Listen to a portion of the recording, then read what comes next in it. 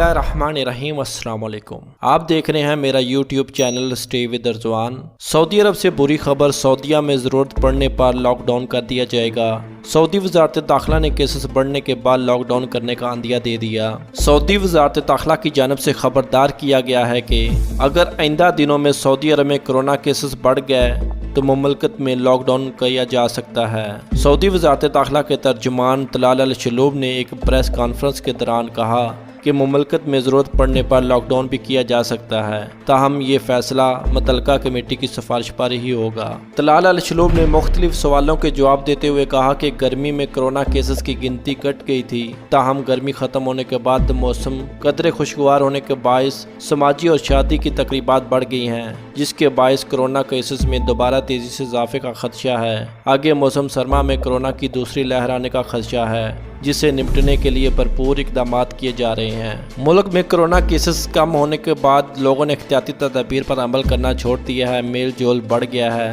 بہت سارے لوگ حفاظتی ماسک بھی بالکل نہیں پہن رہے۔ اس کے علاوہ تقریبات میں سماجی فاصلے کا بھی خیال نہیں رکھا جا رہا۔ لوگوں کا یہ منفی رویہ بہت خطرناک ثابت ہو سکتا ہے۔ کرونا کیسز کم ہونے کا ہرگز مطلب یہ نہیں ہے کہ سعودی عرب سے کرونا رخصت ہو گیا ہے۔ تمام افراد اور اداروں کو اس اہم امور پر ذمہ داری کا ثبوت دینا ہوگا، تبھی مملکت کو مکمل طور پر کرونا سے پاک کیا جا سکتا ہے۔ وزارت داخلہ نے تمام نجی اداروں، کاروباری اور تعلیمی اداروں کو تاکید کی ہے کہ وہ کسی شخص کو ماسک کے بغیر داخلے ہونے کی اجازت نہ دیں۔ اگر کسی نجی ادارے میں کوئی شخص فیس ماسک کے بغیر نظر آیا تو اس پر 10,000 ریال کا بھاری جرمانہ عائد کیا جائے گا۔ اگر کوئی شخص دوسری بار یہی خلاف ورزی دہرائے گا تو اس سے 20,000 ریال جرمانہ وصول کیا جائے گا۔ سعودی وزارت داخلہ نے چند روز پہلے بھی خبردار کیا تھا کہ عوامی جگہوں پر کرونا وائرس سے بچاؤ کے لیے ماسک پہننے اور سماجی فاصلے جیسی حفاظتی تدابیر اور پروٹوکول کی خلاف ورزی کرنے والوں کے ساتھ سختی سے نپٹا جائے گا۔ جو لوگ کرونا پروٹوکولز پر عمل نہیں کریں گے، ان پر 1,000 سعودی ریال جرمانہ ہوگا۔ ان میں ماسک نہ پہننا، سماجی فاصلہ برقرار نہ رکھنا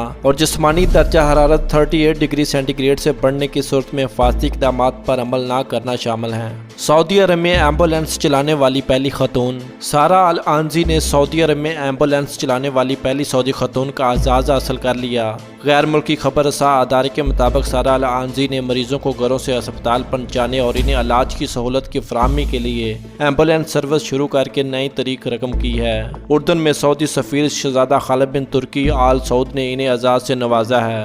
سارہ العنزی نے پڑوسی اسلامی ممالک اردن کی سائنس اینڈ ٹیکنالوجی یونیورسٹی سے گریجویشن کیا ہے۔ اس کے علاوہ سارہ العنزی نے 3 برس یونیورسٹی کی بہترین طلباء کی فہرست میں بھی شامل رہیں۔ گزشتہ کچھ برسوں سے خواتین ہر شعبے میں آگے بڑھ رہی ہیں۔ اس حوالے سے سارہ نے میڈیا سے گفتگو میں کہا کہ خواتین کی حیثیت سے ایمبولینس چلانے کا فیصلہ آسان نہیں تھا۔ یہ فیصلہ کرنے میں کرونا وائرس سے معاشرے کو نجات دلانے کے لیے جذبے نے مدد دی ہے۔ انہوں نے مزید کہا کہ سعودی شہریوں کی جانب سے انہیں پذیرائی ملی ہے، جس سے میری حوصلہ افزائی ہوئی ہے۔ ان کا کہنا تھا کہ اس سے قبل سعودی عرب میں کبھی کسی نے خاتون کو ایمبولینس چلاتے ہوئے نہیں دیکھا تھا۔ کرونا وبا کے زمانے میں جب کئی لوگوں نے مجھے ایمبولینس چلاتے ہوئے دیکھا تو حوصلہ افزائی کے لیے ٹیلی فونک رابطے بھی کیے۔ واضح رہے کہ سارہ العنزی نے بتایا کہ میں 22 بہنوں سے سب سے چھوٹی ہوں، اس لیے میرے گھر والوں نے میرا جذبہ دیکھ کر کام جاری رکھنے کے لیے غیر معمولی حوصلہ دیا ہے۔ پھر خاندان کے تمام افراد شعبہ صحت سے وابستہ ہیں۔ اور مزید ڈیلی نیوز اپڈیٹ کے لیے ہمارے چینل کو سبسکرائب کریں اور بیل آئیکن کو دبانا مت بھولیں۔ آپ کے قیمتی وقت کا بہت شکریہ۔ اللہ ہم سب کا حامی و ناصر ہو۔ السلام علیکم ورحمۃ اللہ۔